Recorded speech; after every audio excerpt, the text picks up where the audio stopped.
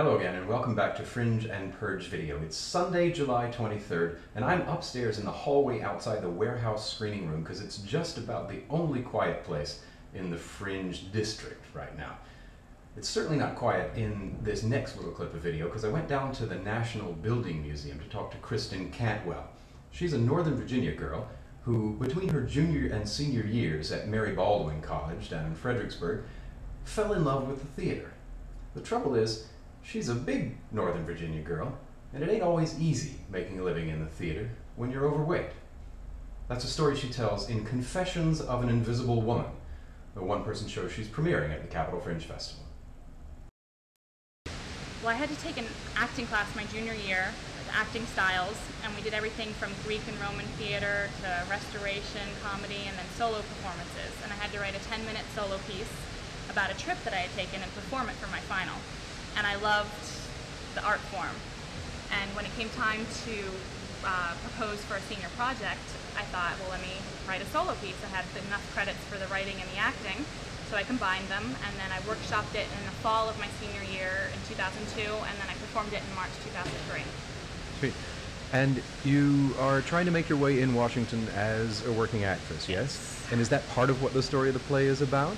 It is. Yeah? It's the journey from kindergarten through present time. It cuts off with college. There's a little bit of catch-up since I graduated from college, but yeah, it's trying to audition and work and try to find the roles and trying to find, I guess, the good maid roles for us fat women. Yeah.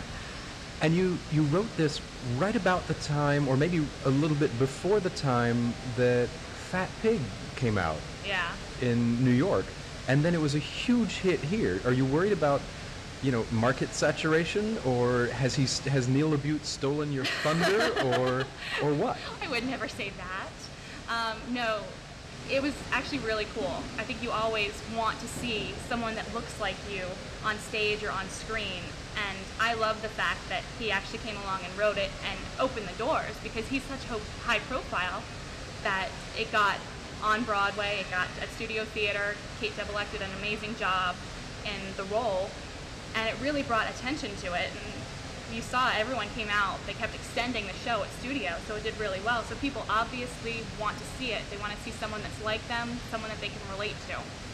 And I think that's basically what I'm trying to do. Say, look, this is who I am, this is what I've done, this is where I've been. I make no apologies for it, And though she probably wasn't expecting it, I asked Cantwell if she'd give us a little sample of the piece, and she stepped right up.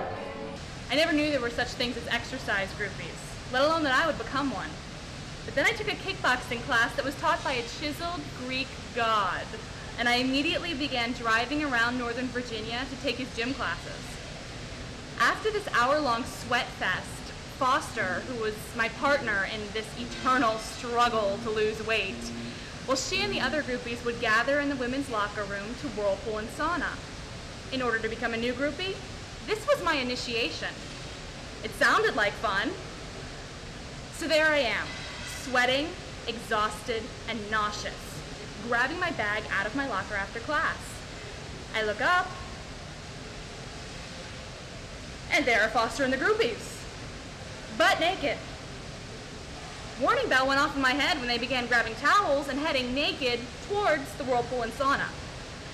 Now, walking around naked in the privacy of my own room, and walking around naked in a locker room full of women are two completely different things. Now, fess up. This is a chick show, right? The guys don't want to come see this. No, it's so not like a chick flick or anything like that. You're not going to lose your manhood. You're not going to take your man card at the door when you come to see it and pay your $15. No, it's definitely something that everyone goes through. You can't tell me that you've never thought, well, God, if I had more hair, or if I hadn't had that extra scoop of ice cream. Everyone thinks that.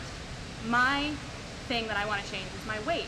I would love to change that, and I've done that, and I show you in the show exactly how I've done that, going to the gym, different things, you know, what people have said to me, things like that.